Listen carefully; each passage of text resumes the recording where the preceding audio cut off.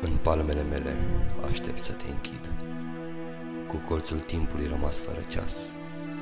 Cu insistență gem sub fiece pas, secundele în veșmântul translucid. Dar cuvântul nebun ce mi-a mai rămas va fi un rătăcit șuvoi de lichid, împrăștiat într-un vegetal solid, un simbol strident la stare lipsit de glas. Mă doare legănarea desplătită a clipelor ucise în ispită, pe sunete transfigurate, dar blând. Un cântec trist plâns în corzi de vioară, curgând pe trepte smucite de scară.